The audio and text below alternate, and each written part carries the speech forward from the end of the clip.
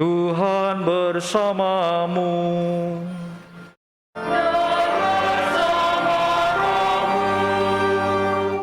Inilah Injil suci menurut Lukas.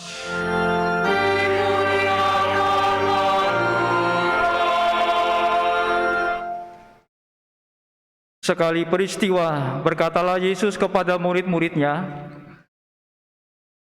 "Janganlah takut, hai kamu kawanan kecil, karena Bapamu telah berkenan memberi kamu kerajaannya. Jualah segala milikmu dan berilah sedekah. Buatlah bagimu pundi-pundi yang tidak dapat menjadi tua, suatu harta di surga yang tidak akan habis, yang tidak dapat didekati pencuri, dan yang tidak dirusak ngengat. Karena di mana hartamu berada, di situ pula hatimu berada. Hendaklah pinggangmu tetap berikat dan pelitamu tetap menyala. Hendaklah kamu sama seperti orang-orang yang menanti-nantikan tuannya pulang dari perkawinan, agar jika tuannya itu datang dan mengetuk pintu, segera dibuka pintu baginya. Berbahagialah hamba-hamba yang didapati tuannya sedang berjaga-jaga ketika ia datang.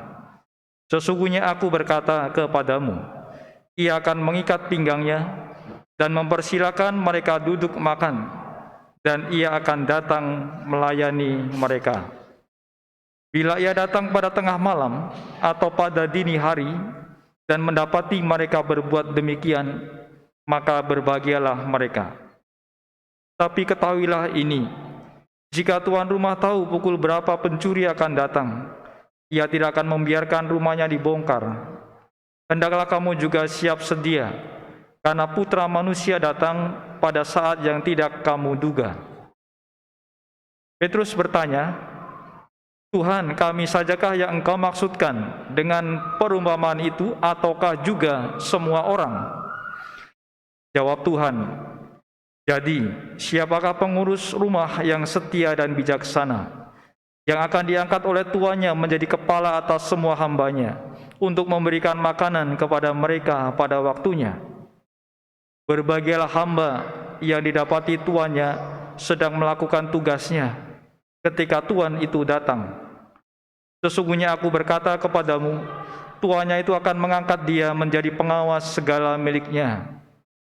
Akan tetapi, jika hamba itu jahat dan berkata dalam hatinya, tuanku tidak datang-datang, lalu ia mulai memukul hamba-hamba lain, laki-laki dan perempuan, dan makan minum serta mabuk, maka tuan hamba itu akan datang pada hari yang tidak disangkanya, dan saat yang tidak diketahuinya, tuan itu akan memenggal dia dan membuat dia senasib dengan orang-orang yang tidak setia.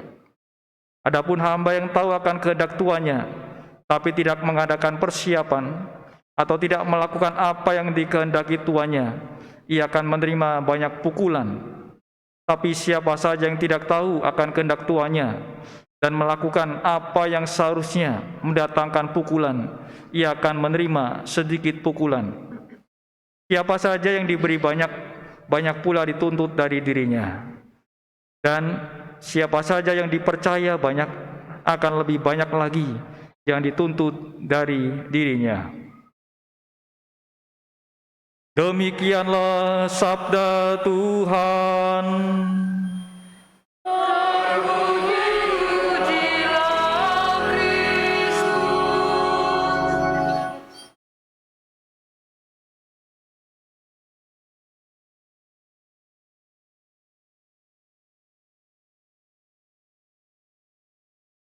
Saudara-saudari, anak-anak sekalian yang dikasihi Tuhan, iman kepada Allah Tritunggal, Bapa, Putra, dan Roh Kudus akan mampu mengubah hidup orang itu menjadi lebih baik. Pemahaman akan iman yang benar dalam gereja Katolik akan membuat orang itu semakin menjadi baik. Artinya orang mampu untuk melaksanakan sabda dan kehendak Tuhan, mengasihi sesama, membantu sesama yang membutuhkan, dan segala macam perbuatan baik. Saudara-saudari, anak-anak sekalian, peran Ekaristi menjadi salah satu cara kita untuk beriman kepada Allah. Kita hadir merayakan misa itu karena moga-moga kita punya iman kepada Allah yang memberikan karunia kepada kita melalui peran Ekaristi. Lalu kemudian kalau ditanya, iman itu apa? Iman adalah penyerahan total kepada Allah yang menyatakan diri tidak karena terpaksa, melainkan dengan sukarela. Iman itu penyerahan total kepada Allah yang menyatakan diri. Bukan karena orang itu terpaksa, melainkan sukarela. Allah menyatakan diri misalkan melalui Kristus. Kristus sudah menyatakan diri. Dan ketika Allah menyatakan diri melalui Kristus, orang kemudian percaya kepada Kristus, itu bukan karena terpaksa, tetapi sukarela mau percaya kepada Tuhan. Nah itu. Sudah sejak semula gereja menekankan bahwa iman bersifat bebas merdeka. Salah satu pokok yang amat penting dalam ajaran Katolik yang tercantum dalam sabda Allah dan terus-menerus diwartakan oleh para bapak gereja, yakni manusia wajib secara sukarela menjawab Allah dengan beriman. Maka dari itu tak seorang pun boleh dipaksa melawan kemauannya sendiri untuk memeluk iman. Orang yang beriman kepada Allah dengan sukarela tentu saja kemudian akan berbuah dalam diri orang itu. Contohnya sudah begitu banyak, misalkan para santo santa ketika mereka beriman sukarela kepada Allah, melaksanakan kehendak Allah, buahnya adalah hal-hal yang baik. Mereka mampu untuk memberikan pelayanan, mampu untuk memperhatikan sesama dan perbuatan-perbuatan baik lainnya. Para calon baptis ketika mereka mau menjadi Katolik, mereka juga hendaknya sukarela mau belajar Katolik. Kemudian mereka dibaptis dan hidup mereka pun berubah menjadi lebih baik lagi ketika menjadi orang Katolik. Itu contoh-contoh nyata yang kita alami dalam hidup sehari-hari. Nah, iman, sekali lagi, penyerahan total kepada Allah, dan itu dilakukan dengan sukarela. Saudara-saudari, kebebasan iman berarti keyakinan bahwa lebih baik menyerahkan diri kepada kebaikan Tuhan daripada memusatkan segala perhatian pada diri sendiri. Dalam iman, manusia menyadari dan mengakui bahwa Allah yang tak terbatas berkenan memasuki hidup manusia yang terbatas, menyapa dan memanggilnya. Iman berarti jawaban atas panggilan Allah, penyerahan pribadi kepada Allah yang menjumpai manusia secara pribadi pula. Orang yang mau beriman Katolik mendengar panggilan dari Tuhan melalui berbagai macam cara, sehingga mereka tertarik untuk dibaptis dalam gereja Katolik. Tuhan memanggil, kemudian manusia menanggapi. Itulah yang terjadi. Ada wahyu, ada iman. Wahyu adalah Allah yang menyatakan diri, misalkan contoh nyatanya Kristus, lalu orang menanggapi panggilan Tuhan itu dengan iman. Dalam iman, manusia menyerahkan diri kepada Sang Pemberi hidup. Saudara-saudari sekalian, iman merupakan hubungan pribadi dengan Allah yang hanya mungkin karena Allah yang memberikan karunia. Akan tetapi iman itu tidak buta. Orang beriman mengetahui kepada siapa ia percaya. Unsur pengetahuan ini yang berakar dalam pengalaman hidup manusia yang sungguh-sungguh bersifat insani. Orang beriman mengetahui kepada siapa ia percaya.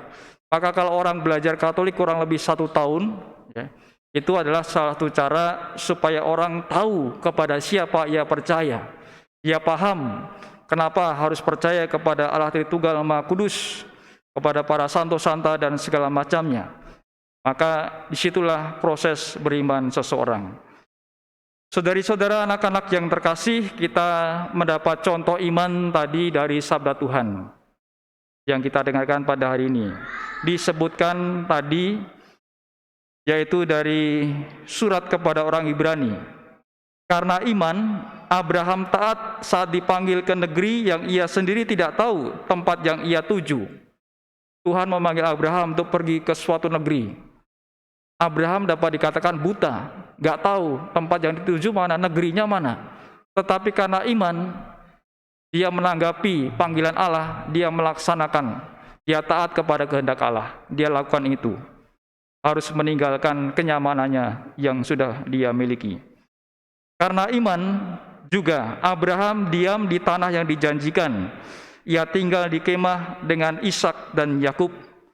Karena iman, Abraham dan Sarah beroleh kekuatan untuk menurunkan anak cucu walaupun usianya sudah lewat.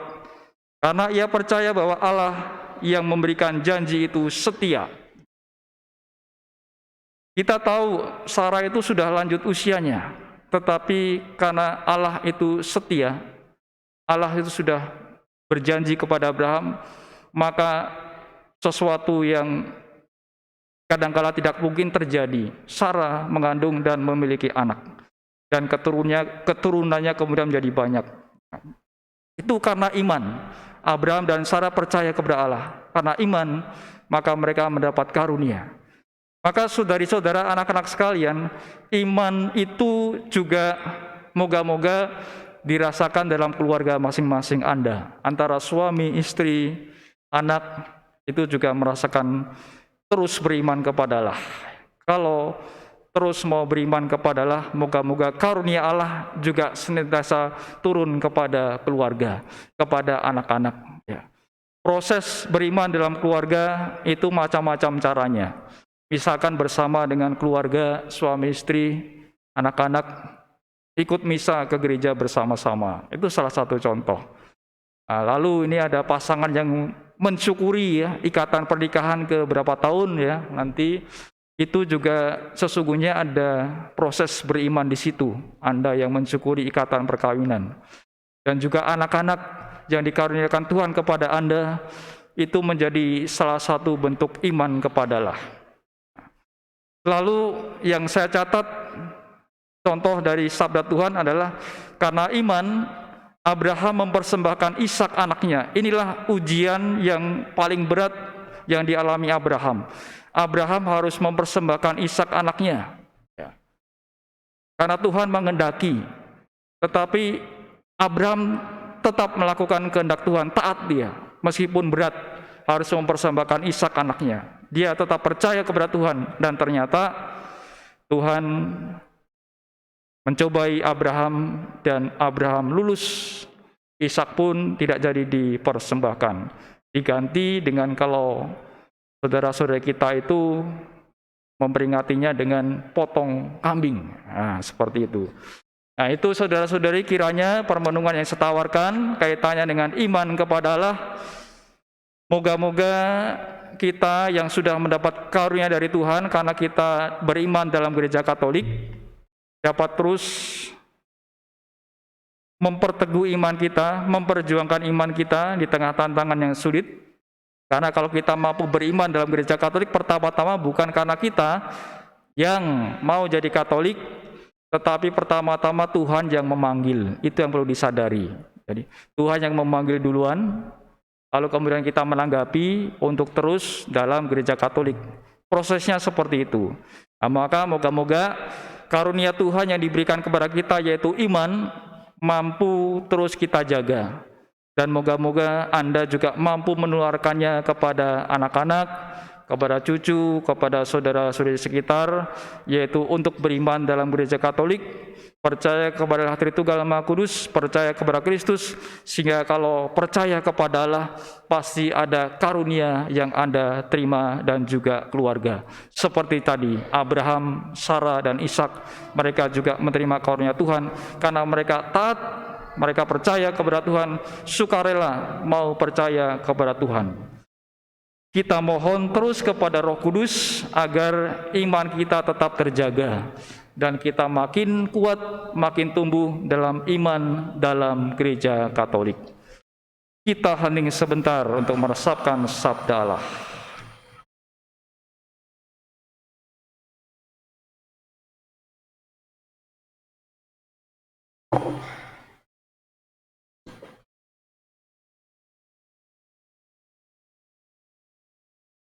Saudara-saudari sekalian, sekarang saya persilahkan kepada para saudara-saudari pasangan suami istri yang ingin mensyukuri ikatan pernikahan untuk mohon karunia dari Tuhan, mengingat kembali waktu sekian tahun yang lalu berjanji di hadapan Allah untuk mengingatkan diri sebagai pasangan suami dan istri.